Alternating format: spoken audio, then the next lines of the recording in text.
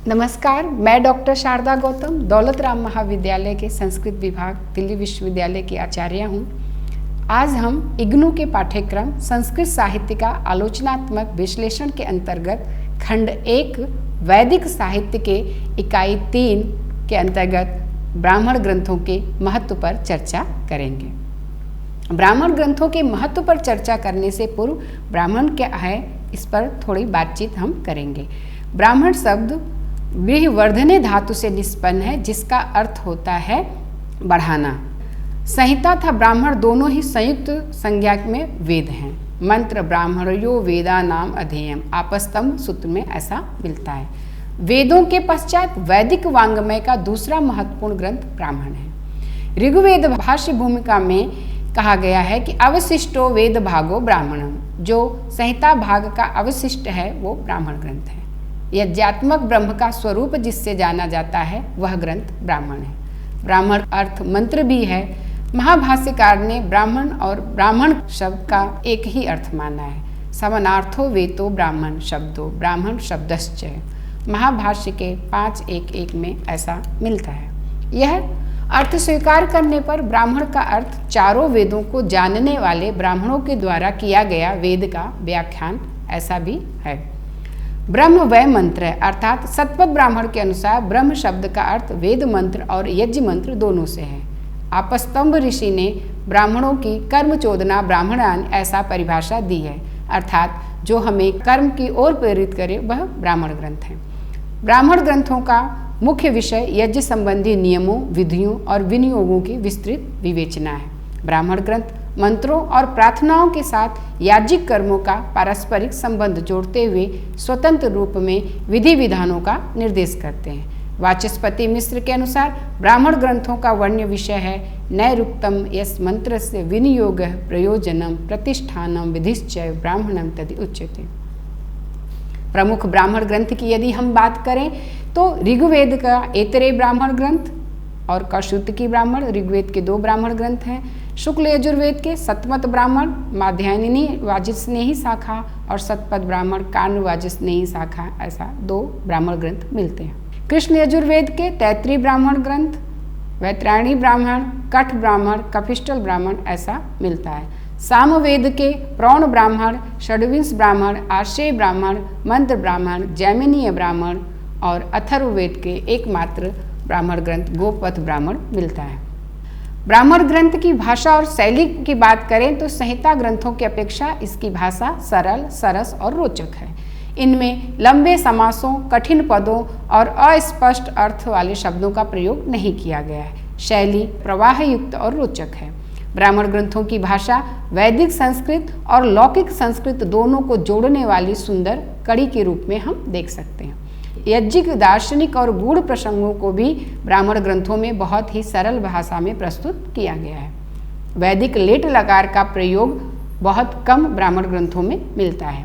ब्राह्मण ग्रंथों में छंदों का नियंत्रण न होने से भाव प्रकाशन की पूर्ण स्वतंत्रता है। कहीं कहीं आख्यानों में केवल गाथा छंद का प्रयोग हुआ है। अब हम बात करेंगे ब्राह्मण ग्रंथों का महत्व। ब्राह्मण ग्रंथों के महत्व में सर्वप्रथम हम बात करेंगे शास्त्रीय महत्व का। ब्राह्मण ग्रंथों का शास्त्रीय महत्व। ब्राह्मण ग्रंथों में का शास्त्रीय महत्व के अंतर्गत पुराणों आदि में वर्णित आख्यानों के मूल तत्व ब्राह्मण ग्रंथों में उपलब्ध होते हैं। संगीत शास्त्र जो एक शास्त्र है, संगीत शास्त्र का शास्त्रीय अध्ययन सामवेदीय ब्राह्मण ग्रंथों में विशेषतया प्राप्त होता है। ब्राह्मण ग्रंथों का धार्मिक महत्व। ब्राह्मण ग्रंथों में यज्ञों के अलग अलग रूपों का वर्णन है। ब्राह्मण ग्रंथ कर्मकांड के प्रथम प्रचारक हैं। ब्राह्मण ग्रंथ यज्ञ को एक वैज्ञानिक संस्था के रूप में प्रस्तुत करते हैं। कौन सा यज्ञ कब, क्यों, कैसे किया जाए, किस यज्ञ को करने से क्या लाभ मिलता है इत्यादि का, किस कामना की पूर्ति के लिए कौन सा यज्ञ महत्वपूर्ण है आदि ऐसी चर्चा हमें ब्राह्मण ग्रंथों में मिलती है। ब्राह्मण ग्रंथों का गणितीय महत्व। तो ब्राह्मण ग्रंथों का गणितीय महत्व सतपथ ब्राह्मण में विशेष रूप से वर्णित है। वैदिक एवं स्मार्त कर्म के लिए वेदी का निर्माण अत्यावश्यक है। कर्मकांडीय अनुष्ठान के लिए एक निश्चित परिमाण की शास्त्रानुसार परिष्कृत भूमि वेदी कहलाती है। वेदी अनेक आकृतियों से होती है। सुलभ सूत्रों में यज्ञ निमित्तिक वेदी के निर्माण का विवरण है। इनका काल 800 से 400 ईस्वी पूर्व के मध्य माना जाता है। सुलभ का अर्थ होता है मापने का धागा या सूत। भारतीय ज्यामिति की शुरुआत इन्हीं से होती है। बोधायन सुलभ सूत्र सबसे प्राचीन सुलभ सूत्र है। रेखा गणितीय महत्व। रेखाओं की रचनाओं का वर्णन होने के कारण रेखा गणित नाम रखा गया। ज्यामिति को रेखा गणित के नाम से भी जाना जाता है। ज्यामिति की उत्पत्ति यजुर्वेद से मानी जाती है। ज्यामिति शब्द का अर्थ है पृथ्वी की माप। ज्यामिति को दो भागों में विभाजित किया गया है। समतल ज्यामिति। समतल ज्यामिति के माध्यम से समतल आकृतियों का अध्ययन किया जाता है। ठोस ज्यामिति। ठोस ज्यामिति के माध्यम से ठोस आकृतियों का अध्ययन किया जाता है। ब्राह्मण ग्रंथों का आर्थिक महत्व। ब्राह्मण ग्रंथों में वर्णित है भारत एक कृषि प्रधान देश है और कृषि का वर्णन ब्राह्मणों में बहुतायत से मिलता है। कृषि की समस्त प्रक्रिया का वर्णन शतपथ ब्राह्मण में इस प्रकार मिलता है। कृषि की 4 क्रियाओं का वर्णन है कृपंतः जोतना, बपंतः बोना, लुलंतः काटना और मुड़ंतः मारना का उल्लेख मिलता है। इस ग्रंथ में विदेह माधव की कथा का भी वर्णन मिलता है, जिससे यह संकेत मिलता है कि आर्य संपूर्ण घाटी में कृषि कार्य करने में लगे रहते थे। ब्राह्मण ग्रंथों में व्यापार संबंधी चर्चा भी हमें प्राप्त होती है। इस समय व्यापार का अर्थ था वस्तु के बदले वस्तु का लेन देन करना। ब्राह्मण ग्रंथों में श्रेष्ठिन शब्द का उल्लेख मिलता है। श्रेष्ठिन श्रेणी या प्रधान व्यापारी होता था। व्यापार पर्ण द्वारा संपन्न होता था, अतः उत्तर वैदिक काल में मुद्रा प्रचलन हो चुका था। ब्राह्मण ग्रंथों का सामाजिक महत्व। भारतीय संस्कृति में वर्ण व्यवस्था जीवन का आधार माना गया है। जीवन वर्ण व्यवस्था। वर्ण शब्द की व्युत्पत्ति संस्कृत के विवर्ण धातु से हुई है, जिसका अर्थ है चुनना या वर्ण करना। संभवतः वर्ण से तात्पर्य वृत्ति या किसी विशेष व्यवसाय को चुनने से है।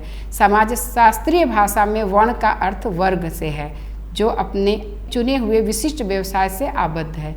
समाज को कार्यात्मक रूप से 4 भागों में विभाजित किया गया था: ब्राह्मण, क्षत्रिय, वैश्य एवं शूद्र। ब्राह्मण ग्रंथों में वर्ण व्यवस्था का बहुतायत से वर्णन मिलता है। ब्राह्मण पुजारी, विद्वान, शिक्षक और भिक्षुक होता था। पढ़ना, पढ़ाना, अध्ययन, अध्यापन ब्राह्मण का मुख्य कार्य माना जाता था। क्षत्रिय शासक, योद्धा, सैनिक और प्रशासक होता था। रक्षा करना और अपने राष्ट्र की रक्षा करना उसका प्रधान कार्य माना गया था। वैश्य कृषिविद और व्यापारी। धन की उगाही करना वैश्य का प्रमुख कार्य माना गया था। शूद्र सेवा प्रदाता, पशुपालक और चर्मकार। शूद्र तीनों वर्णों की सेवा करता था। ब्राह्मण ग्रंथों में वर्णित आश्रम व्यवस्था। प्राचीन काल में व्यक्तिगत व्यवस्था के 2 स्तंभ थे, पुरुषार्थ और आश्रम। अमरकोश के टीकाकार भानु दीक्षित ने आश्रम शब्द की व्याख्या करते हुए बताया है कि जिसमें सम्यक प्रकार से श्रम किया जाए वह आश्रम है। आश्रम जीवन की वह स्थिति है जिसमें कर्तव्य पालन के लिए पूर्ण परिश्रम किया जाता है। आश्रम का अर्थ अवस्था विशेष, विश्राम का स्थान, ऋषि मुनियों के रहने का पवित्र स्थान आदि भी किया जाता है। 4 आश्रम है: ब्रह्मचर्य आश्रम, गृहस्थ आश्रम, वानप्रस्थ आश्रम और संन्यास आश्रम। ब्राह्मण ग्रंथों में चारों ही प्रकार का आश्रम का उल्लेख मिलता है। मानव जीवन की औसत आयु 100 वर्ष मानकर 4 आश्रमों की व्यवस्था भारतीय संस्कृति में मिलती है। सर्वप्रथम ब्रह्मचर्य आश्रम। बालक के जन्म से 25 वर्ष की आयु तक ब्रह्मचर्य आश्रम का पालन किया जाता था। इस समय बालक गुरुकुल या किसी विद्यालय में जाकर ज्ञान अर्जित करता था। 25 वर्ष की आयु पूरी होने पर गृहस्थ आश्रम में प्रवेश करता था। गृहस्थ आश्रम में प्रवेश करने के साथ ही वह विवाह और आय संबंधी कार्य किया करता था। वानप्रस्थ आश्रम 50 वर्ष की आयु में व्यक्ति को अपने पत्नी के संग वन प्रदेश में जाकर निवास करना और देश समाज के कल्याण के लिए बातें करना, ऐसा वानप्रस्थ आश्रम का नियम था। संन्यास आश्रम 75 वर्ष की आयु पूर्ण होने पर व्यक्ति को संन्यास आश्रम ले लेना चाहिए, एकांतवास करना चाहिए, देश और समाज के कल्याण के लिए निरंतर शास्त्र अध्ययन करना चाहिए। सामाजिक दृष्टि से जो आश्रम और वर्णाश्रम व्यवस्था का वर्णन ब्राह्मण ग्रंथों में बहुतायत से मिलता है। ब्राह्मण ग्रंथों का राजनीतिक महत्व। राजा की दैवी उत्पत्ति का सिद्धांत सर्वप्रथम ऐतरेय ब्राह्मण में मिलता है। उत्तर वैदिक काल में राजतंत्रात्मक शासन व्यवस्था और सशक्त हुई। इस काल में राजा का वध वंशानुगत हो गया था। ब्राह्मण ग्रंथों में राजा के लिए सम्राट, एकराट और अधिराज आदि शब्दों का प्रयोग मिलता है। इस काल में सभा और समिति संस्थाओं का स्वरूप बदल गया था। सभा नामक संस्था में स्त्रियों का प्रवेश वर्जित हो गया था। अथर्ववेद में सभा और समिति को प्रजापति के 2 पुत्रियां कहा गया है, जिसमें दोनों के स्वतंत्र अस्तित्व होने के प्रमाण मिलता है। सभा उच्चतर सदन थी। सभा जन समुदाय को एकत्र होने का स्थान था। शतपथ ब्राह्मण के अनुसार सभा उच्च वर्ग के लोगों की परिषद थी। समिति निम्न सदन थी। समिति संपूर्ण जाति के कार्यों के लिए जनता का अधिवेशन थी। ब्राह्मण ग्रंथों का मनोवैज्ञानिक महत्व। ब्राह्मण ग्रंथों में प्राप्त मनस तत्व का विवेचन मिलता है। मन और वाक्य का एक आख्यान आता है, जिसमें वाणी से मन को श्रेष्ठ बताया गया है। शिव संकल्प सूक्त का भी व्याख्या ब्राह्मण ग्रंथों में मिलता है। तन्मे मनः शिव संकल्प मस्तु, ऐसा आधार वाक्य हमें ब्राह्मण ग्रंथों में भी मिलता है। जीवन और मृत्यु की समीक्षा मनोविज्ञान के लिए विशेष महत्वपूर्ण है। इसकी चर्चा भी हमें ब्राह्मण ग्रंथों में बहुतायत से प्राप्त होती है। ब्राह्मण ग्रंथों का भाषा वैज्ञानिक महत्व। भाषा विज्ञान की दृष्टि से ब्राह्मण ग्रंथ अत्यंत महत्वपूर्ण है, कारण कि ब्राह्मण ग्रंथों के प्रतिपाद्य विषय में ही बताया गया है कि निर्वचन किसी भी शब्द की व्युत्पत्ति परक व्याख्या करना ही भाषा विज्ञान का कार्य है। भाषा विज्ञान की दृष्टि से भी ब्राह्मण ग्रंथों में चर्चा प्राप्त होती है। ब्राह्मण ग्रंथों का ऐतिहासिक महत्व। ब्राह्मण ग्रंथों में इतिहास की चर्चा भी प्रायः कदम कदम पे मिलती है। राजाओं की वंशावली आदि का वर्णन ब्राह्मण ग्रंथों का ऐतिहासिक महत्व बताता है। ब्राह्मण ग्रंथों का भौगोलिक महत्व। कुरु, पांचाल आदि देशों का वर्णन, सरस्वती और सिंध नदियों का उद्गम स्थान आदि का विशेषतः ब्राह्मण ग्रंथों में वर्णन प्राप्त होता है, जो तत्कालीन भौगोलिक स्थिति का हमें ज्ञान कराता है। ब्राह्मण ग्रंथों का आयुर्वेदिक महत्व। ब्राह्मण ग्रंथों में वर्णित है कि ऋतुओं के संधि काल में जब 2 ऋतु एक साथ मिलती हैं, जब सर्दी समाप्त हो रही होती है, गर्मी आ रही होती है, या बारिश समाप्त हो रही होती है, सर्द आ रही होती है, उस संधि काल में किस भोजन का हमें प्रयोग करना चाहिए जिससे हमें सीजनल रोग से हमें मुक्त मिले। इस प्रकार के वर्णन आयुर्वेदिक दृष्टि से ब्राह्मण ग्रंथों में प्राप्त होते हैं, जिससे हम ब्राह्मण ग्रंथों का आयुर्वेदिक महत्व कह सकते हैं। ब्राह्मण ग्रंथों का साहित्यिक महत्व। कथा साहित्य जो गद्य साहित्य का एक भाग है, उसका उद्भव हम ब्राह्मण ग्रंथों से मान सकते हैं। सुनहसेप आख्यान आदि से कथा साहित्य का उद्भव हम मान सकते हैं। ब्राह्मण ग्रंथ पूर्ण रूप से गद्य में है, तो गद्य का उद्भव भी ब्राह्मण ग्रंथों से हम मानते हैं, जो ब्राह्मण ग्रंथों के साहित्यिक प्रभाव को बताता है। ब्राह्मण ग्रंथों का वैज्ञानिक महत्व। ब्राह्मणों में विशेष रूप से चर्चा मिलती है कि यज्ञ के माध्यम से वर्षा किस प्रकार होती है। जो यज्ञ का धूम आदि से बादल बनते हैं, जिससे वर्षा होती है, जो ब्राह्मण के वैज्ञानिक महत्व को भी बताता है। नैतिक महत्व। असत्य भाषण करने वाला व्यक्ति यज्ञ में शामिल नहीं हो सकता। यज्ञ शामिल करने के लिए योग्य व्यक्ति नहीं है। असत्य का भाषण न करें, असत्य निंदा भी किया गया, इसलिए ब्राह्मण ग्रंथ हमारा नैतिक विकास भी करता है। इसलिए हम नैतिकता की दृष्टि से भी ब्राह्मण ग्रंथों को देख सकते हैं। ब्राह्मण ग्रंथों का दार्शनिक महत्व। दृश्यते अनेन इति दर्शनम, जिसके द्वारा देखा जाए उसे दर्शन कहते हैं। प्रश्न है क्या देखा जाए? उत्तर है तत्वों को देखा जाए। जिसके माध्यम से हम तत्वों को देखें वो दर्शन है। तत्व हैं पुनर्जन्म, लोक, परलोक, आत्मा, ईश्वर, परमात्मा। ब्राह्मण ग्रंथों में पुनर्जन्म, आत्मा, ब्रह्म, लोक, परलोक का विशेषतः चर्चा होने के कारण दार्शनिक महत्व भी हमें दिखता है। ब्राह्मण ग्रंथ ही दर्शन का आधार स्तंभ हैं, जो बाद में चल के हमारे पास शास्त्रीय दर्शन के रूप में निष्पन्न होते हैं। बौद्ध, जैन, चारवाक, न्याय, योग, वैशेषिक, सांख्य, मीमांसा, उत्तर मीमांसा या मीमांसा, वेदांत, इन सब की आधारशिला हमारे ब्राह्मण ग्रंथ हैं। इस प्रकार हम देखते हैं कि हमारे आसपास के शास्त्र, हमारे आसपास की आवश्यक सामग्री का वर्णन ब्राह्मण ग्रंथों में भरपूर मिलता है।